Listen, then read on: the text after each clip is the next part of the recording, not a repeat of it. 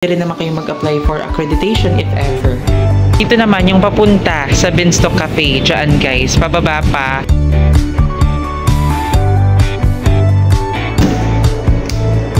Samahan nyo lang ako mag-work today.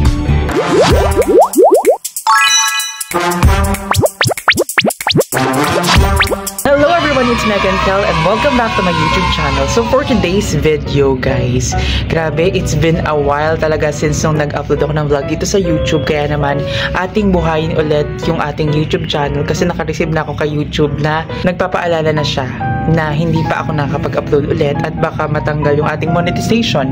So ngayon naman guys, gusto kong isama kayo sa aking araw dito sa hotel. At yun, samahan nyo lang ako mag-work today.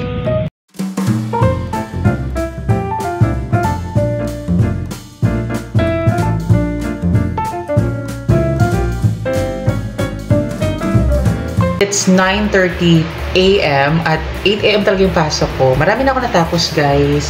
Nakapag-deposit na ako sa bank. Tapos nakapag-encode na ako ng mga registration form na record ko na rin.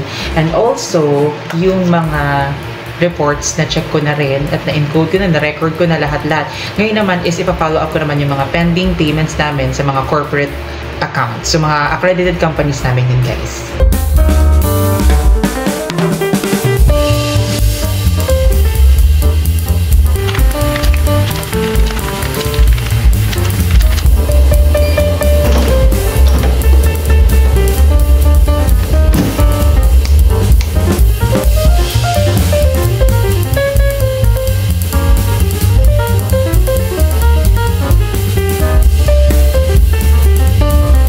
So, nandito tayo ngayon sa junior suite namin. So, gusto nyo makita guys, ipapakita ko sa inyo.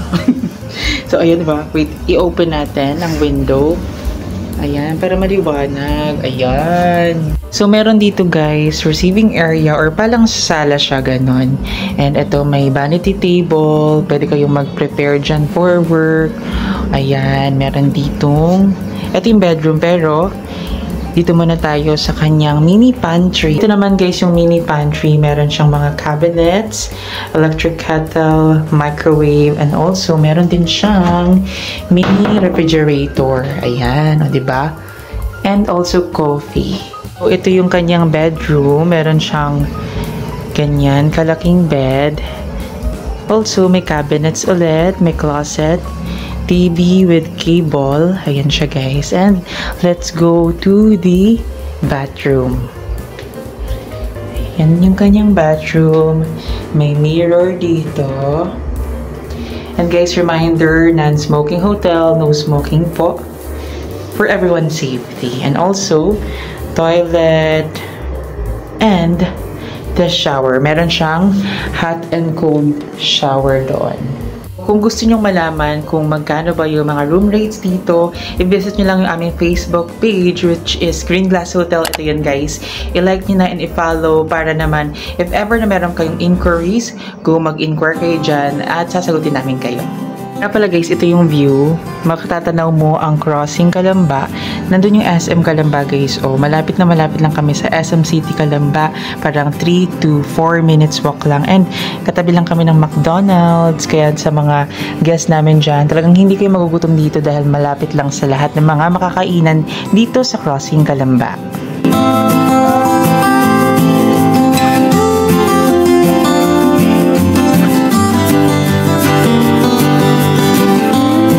Ayan nga guys, meron sa atin, nagpa-reserve at nag-down payment na rin siya yung aming regular guest, diba? Yung mga regular guest kami guys, may mga loyal guest kami dito. And also, na-receive ko na rin yung mga delivery ng mga tissues, ganun. Tapos, wala pa yung delivery namin ng bottled water. So, iniintay ko yan. Siguro bukas pa. And nag-order na rin ako guys ng aming mga LPG para dun sa mga washing and dryer. Dryer pala guys. Wala pa lang ginagamit na gas dun sa sa washing. So sa dryer. Oo, ang dami iniintay today.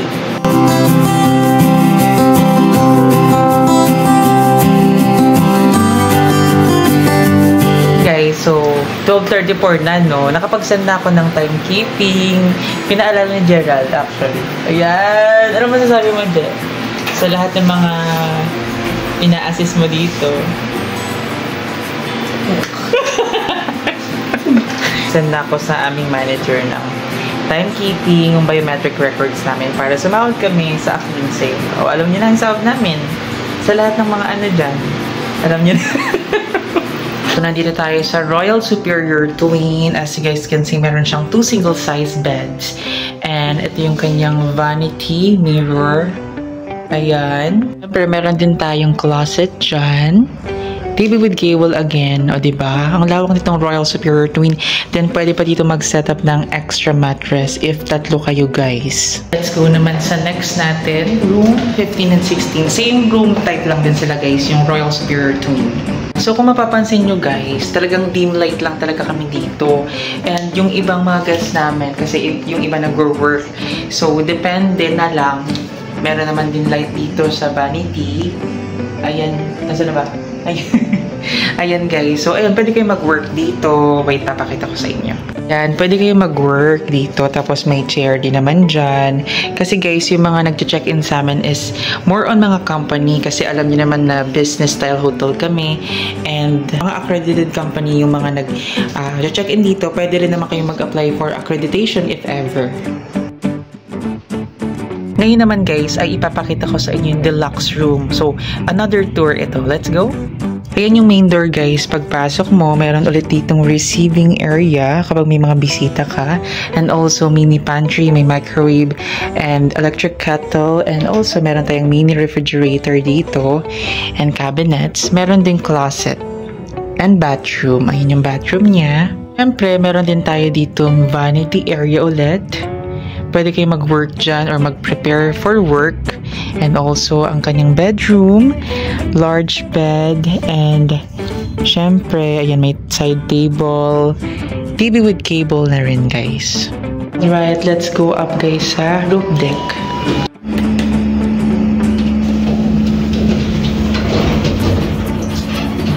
May pinost dito guys yung taga Beanstalk kasi dito sa 5th floor located yung Beanstalk Cafe. So ito yung mga 10% discounts nila sa beverages, pizza, sandwiches, at yung mga iba pa nilang mga food.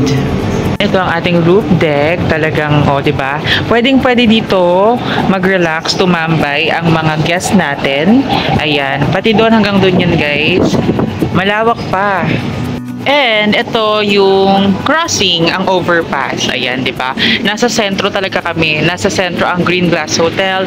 Malapit lang sa Jollibee. Kung gusto mo ng Jollibee, McDo, o di ba nandiyan na siya. SM nga ulit. O, ayan siya guys. O di ba? Ang dami-dami ditong mga pwedeng puntahan.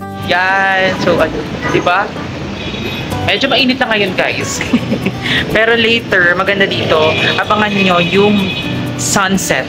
Ayan guys, alfresco dining. Pero usually dito wala naman nagda-dine in kasi dito is parang pwede dito yung mga guests ng Green Glass Hotel. And then dito naman yung papunta sa Beanstalk Cafe, dyan guys, pababa pa. Ayun. And ito naman yung view dito, 'di ba? Yan, may bus station, may terminal, 'di ba? Ang dami-dami sa aming malalapit na mga importante sa buhay ng isang tao. Huy. So, let's go back dahil 1 PM na at magla-lunch na tayo. Hindi pwedeng work lang. Kailangan natin mag-lunch. Let's go. And guys, so break time na tayo. Let's go.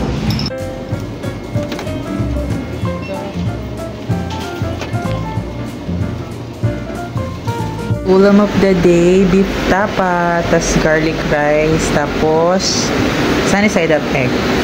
Hello guys, so ayun nga, it's already 3:35 PM in the afternoon, 5 PM yung out natin, and ngayon nga is na-process ko na yung ibang mga gagawin ko, na-follow up ko na rin yung mga pending payments sa mga accredited companies namin. Usually talaga no, may mga instances na nagkakaroon ng problem, pero kailangan talagang masolusyonan.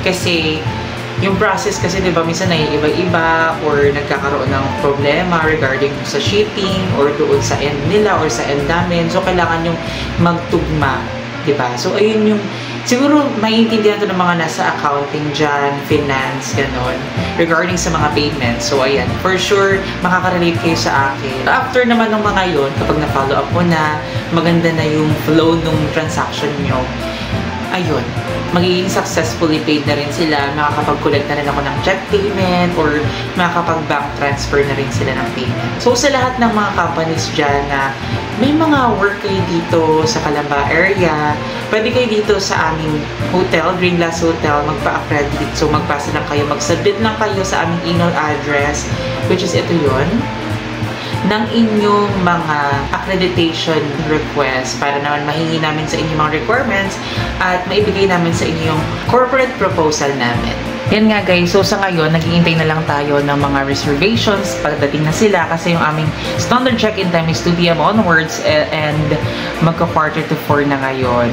So, waiting na lang tayo at hintayin din natin yung mga ibang mga upcoming na mga booking, ganon. So, I think this is the end of the vlog guys. Thank you guys for watching. Sana talaga is nakatulong ako sa inyo regarding sa mga inquiries nyo at nakita nyo rin ng maayos yung mga room dito. So, kung gusto nyo pa ng other informations, i-visit nyo lang yung aming Facebook page, Green Glass Hotel. So, thank you guys for watching. I'll see you again on my next vlog. Bye!